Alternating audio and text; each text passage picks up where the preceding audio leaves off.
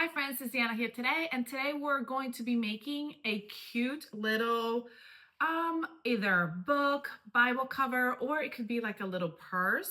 I'm using it as a Bible cover. I think it's adorable. These are so in right now. My friend asked me to make her one and I was like, I've never seen this before, but yes. So I'm going to show you how I did it and we're going to make one together. First of all, what I'm going to be using is some quilting cotton. I'm going to be using some backing. I'm using cotton backing because I just like that better. And then you need a contrasting color, either like on this one, this is for my friend's daughter. She picked this beautiful color and then she wanted the contrasting purple to go along. So I thought that was really cute.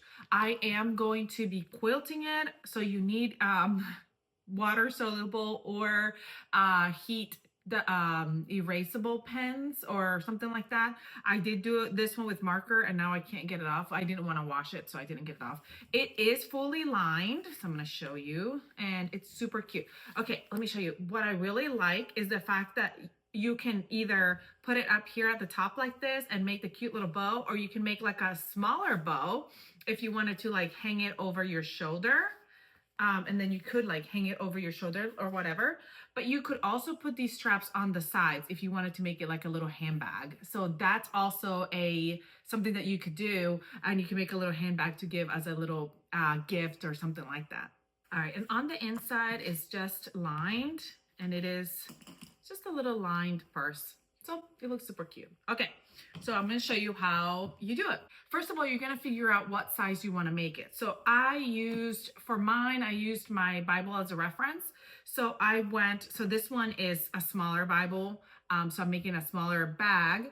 So what I did is I found the measurements of the Bible, and then I added 2 inches to it. So like say my Bible was 9 by 11. I did, 9 by 11. I would have done 11 on this side. And then on this side, I would have done 13. So I would have gone 11 by 13, so adding 2 inches. This will give me an inch of seam allowance, and then it will give me a little bit of inch of wiggle room. I want the Bible to fit in there nicely, but I also wanted to have a little bit of room to put like my pens or whatever. And then for the strip that goes around, this is where is going to be adding this little area here. I made that about an inch wider than the width of the Bible or the book or whatever. Now, if you're just making this like as a little purse, you can just go ahead and figure out how big you want it, and that's how big you want to make this. And then how wide you want it, that's how wide you want to make this little piece here, adding like an inch for seam allowance. It is so simple. Once I measured my Bible or how big I wanted to make it, I went ahead and cut my rectangle. I folded it in half, and then I went ahead and rounded my corners here. And a little secret, I made one, and then I used it as a template to cut all the other ones so they all are the same size. Or you can go ahead and make yourself a paper template and use it. So I cut out two of my outer fabric, 2 of my lining fabric, and 2 of my quilting batting, because I want to quilt the front. Then I went ahead and grabbed my measuring tape and I measured from the top all the way around the whole bottom of it to the other side. And I added about an inch just to have a little bit of overlap. I'll trim it off after. And that's how I created this little strap here. So this is not a strap, I mean the little edge here. This is what goes around the whole thing like this. This is gonna be my my depth of my bag. So this is this little area right here. Okay, so what I did is I went ahead and cut 1 for my outer and 1 for my liner. Then I also went ahead and cut 2 straps to do my little handles or bow, and you can cut those as long as you want. I cut 2 of them a 3-inch wide because what I'm going to end up doing is I'm going to fold it in half and sew it together. And so I'm gonna have a strap that's like this wide, and that's gonna be my bow. So my bow is gonna be about this wide. So depending on how wide you want your bow, you can either cut 2 pieces that wide, or you can cut 1 piece double that width and then fold it together and sew it. So either way works however you wanna do it. All right, we're gonna start the sewing process. The first thing I'm going to do with my outer is to go ahead and mark it and quilt it. So before I even put the batting on, I'm gonna mark my lines for quilting. I went and bought some pens, some heat erase pen, because I ran out of mine. I ordered some on Amazon of the ones that I have, but they won't be here for a little bit. So we're gonna, let's see.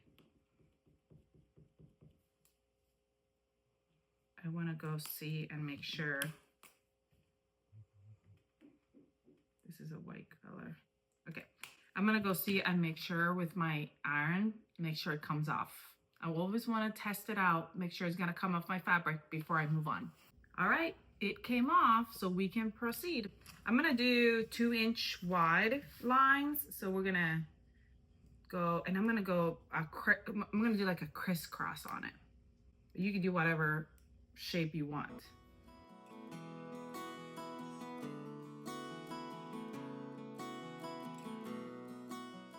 Next, we're gonna quilt. So I'm gonna grab my padding and I'm gonna place it right on top. Now, you could buy already quilted fabric. You could also quilt a big piece of fabric and put both of these that can fit both of these and then cut them out. It's up to you, however you wanna do it, however you find it easier to do, but I like to do it this way.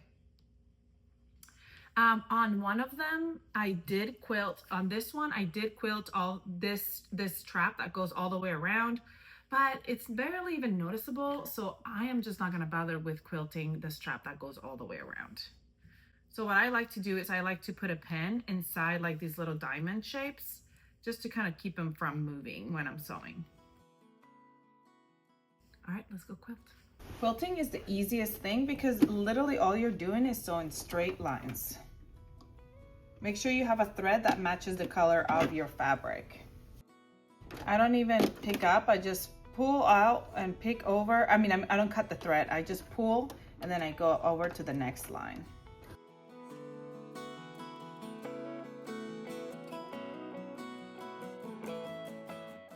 How cute does that quilting job look? All right, let's finish the other one and then we'll go piece it together.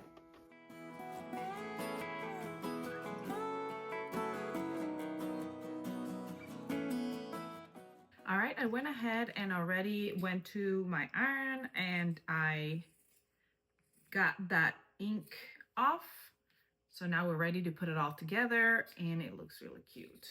I'm trimming off all that thread at the ends, at the edges.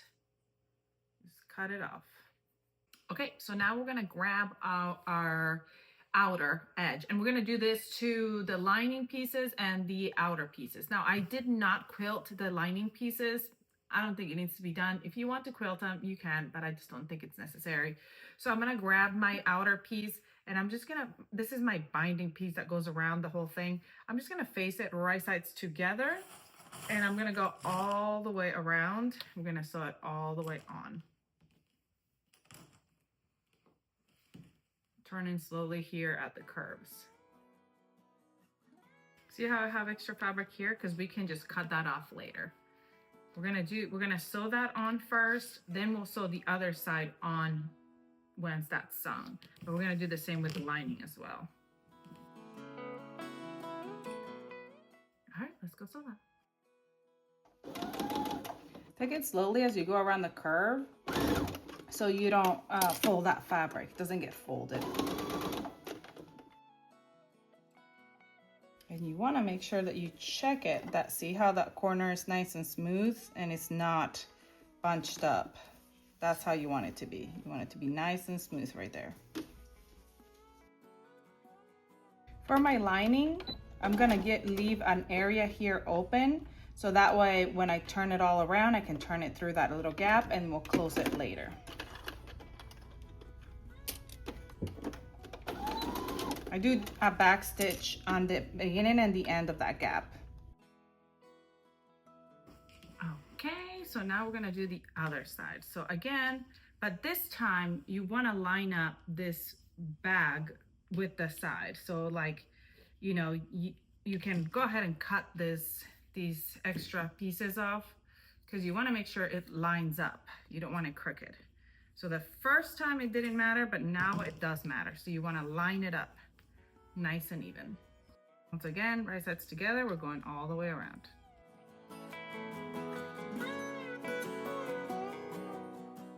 On the other side of the lining, you will go all the way around. You don't have to leave a gap. You just leave a gap on one side of the lining. All right, so let's go sew that. While we're gonna sew that, I'm also going to sew my bows. And I decided that I want my bows to be thicker. So these were 3-inch wide. So I actually made 4 of them because I'm just gonna go ahead and sew them right sides together to create the bow situation. And what I'm gonna do is on one side, I'm gonna go, well, yeah, when I sew it, I'm gonna go kind of this way to do the little tail on the bow. And I'm gonna do both sides, which is gonna meet them right sides together. I just wanted it to be a thick bow, and this bow will probably be a little bit thicker than it needs to be, but I just wanted it, that's what I wanted, so that's what I'm doing.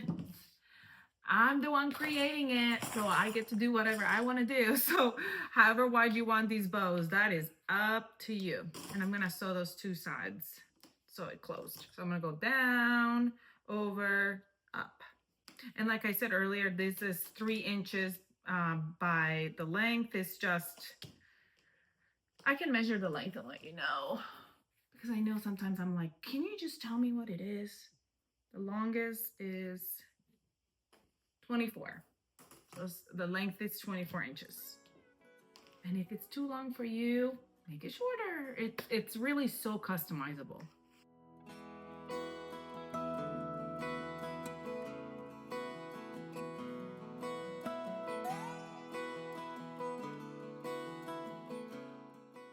I was keeping my eye on my thread because I literally just ran out. See how much I have left over. That's how much I had left over. I will have to put a new spool in there. All right, time to put it together. I'm gonna go ahead and trim the seam allowance. And right here at the corner, we're gonna go sideways. Don't cut the thread though. I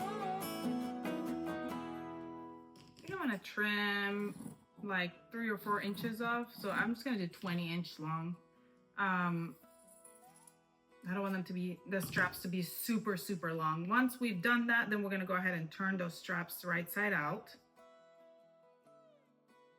Just using a regular old pen to poke out those corners. And then we'll give it a good steam. We'll do that with both. And I like to use pinking shears to trim around my quilted areas because those are a little bit thicker, so I want to make sure that they're nice and trimmed so that they will lay nicely when you flip them.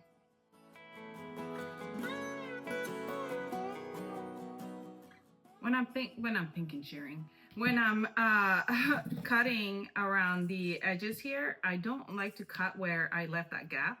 I want to leave that seam allowance for it'd be easier for me when I'm closing that gap. So I don't trim that seam allowance there. All right, so final moments. What we're going to do is now we're going to attach the lining to the outer. So I'm going to flip actually let's flip our outer right side out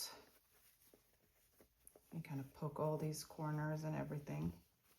And we're gonna fit them together. Now, before we sew them, we wanna go ahead and figure out where I want my straps. If I want my straps on the side, like a little handbag, then you will go ahead and place that strap inside and place it right on that side. I want mine on the center, front, and back. So I'm gonna mark my center, front, and back. And then I'm going to fit that strap right in there.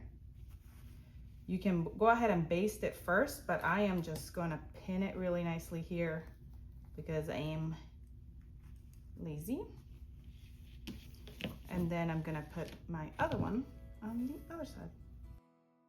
Now I kind of want to make sure that they're not facing the opposite direction. I want the straps to be facing the opposite direction. So I'm gonna flip this one over.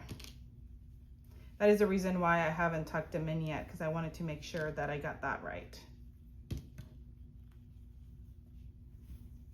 Now when they are both pulled out, they're facing opposite directions. So they'll go like that and not like this. Okay, so now I can tuck this inside the bag. You don't want to catch it when you're sewing it. You just want to catch this top area. And we're going to line up these seams here at the top. When I sew over my strap, I'll go back and forth a couple times to trap it in there really nicely. But we're gonna close this whole top gap. Now remember, you gotta have this gap down here so that you can flip it over when we're done sewing all the way around the top. All right, let's go sew all the way around that. All right, now we're gonna go ahead and trim that seam allowance here at the top. And I'm gonna go through that gap I left down here. I'm gonna turn it right side out. Now, one more thing that I sometimes like to do, and I believe I didn't leave enough room in here with this little gap. I might have left too small of a gap, is to understitch. So I'll show you in a minute, hold on. Once we've got this all out of the way, how cute is that combo? So pretty.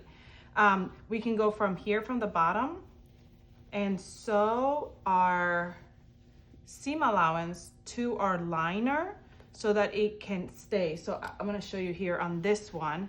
You see there's a stitch right there. You can see the stitch there so the fabric doesn't come up. It stays back behind. So that's actually something that I like to do, and I forgot to leave myself enough seam allowance, enough of an area here. So I might just trim a little bit more to open this up a little bit more. So that way I can do that. So I'll go on my sewing machine, and this seam allowance here at the top, the one that's lined, which is the outer side, I'm gonna attach it to the lining like that. So that way it'll get cut there to the lining. So I'm gonna go all the way around and top stitch just a little bit off the edge here, all the way around. Obviously, the bigger the gap you leave, the easier it will be to do it, but this will work just fine. Just have to make sure that you get all the other fabric out of the way. So I'm like going from the back and making sure that that is just sewing that fabric. So like I'm right here, if you can see, there's the gap right here. So I'm kind of gonna be moving that gap along as I go.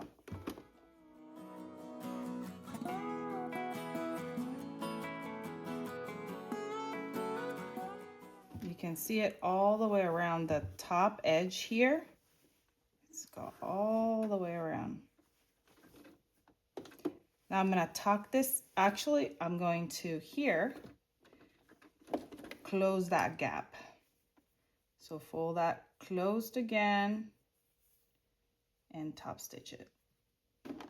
And when I'm top stitching it, I'm gonna do a back stitch at the beginning and at the end. All right, now I'm gonna go steam it really good and we are done. All right, we are finished with this cute little Bible holder. I don't have the Bible that fits into this because it's for my friend's daughter. But here's the little strap. So like if I wanted to make the straps high so she could carry it, she could do that. But also if she wanted to tie them up in a little cute bow, that's also a possibility. So stinking cute. I love this so much. It is so adorable.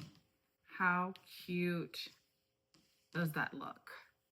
That is adorable. I love it. I think it looks adorable. I think she's gonna love it. I can't wait to give it to her. I'm gonna make a bunch more. I actually have fabric over there to cut out a bunch more for some friends. I hope you enjoyed this tutorial. Please comment, like, share, subscribe if you haven't. Go grab some beautiful fabric and create something with me. Again, you can make it just like this, or you can make those straps on the sides and make a cute little purse for a loved one. I love it. Anyway, don't forget to subscribe, comment, like, share, and I'll see you all next time.